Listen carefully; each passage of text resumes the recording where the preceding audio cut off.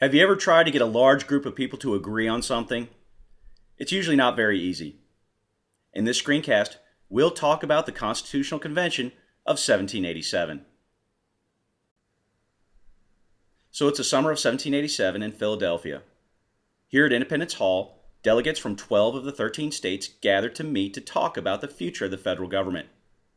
Now, James Madison, one of our founding fathers, had expended incredible time and effort in order to get them all here.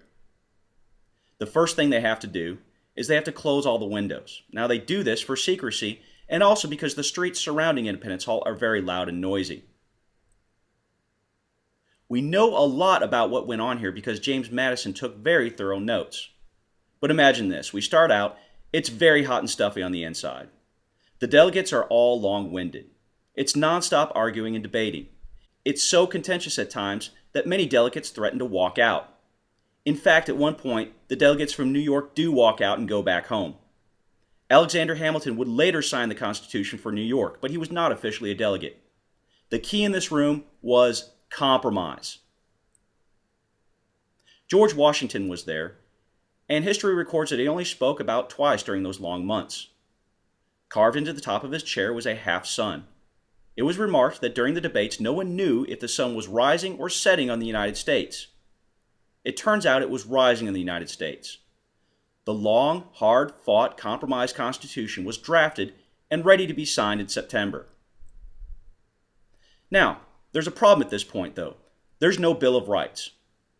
Some delegates start suggesting, hey, we need a Bill of Rights. But it's been 4 months.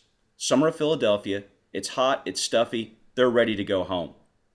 Adding a Bill of Rights to the Constitution was voted down. Possibly because they were just tired and they just wanted to get it over with. But the lack of a Bill of Rights becomes a major issue among the delegates as they return home.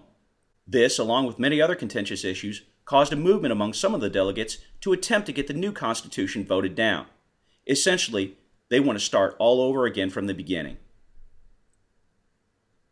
Despite this opposition, that new Constitution was forwarded from the Continental Congress to the people. Delaware becomes the first state to ratify the Constitution on December 7th, 1787.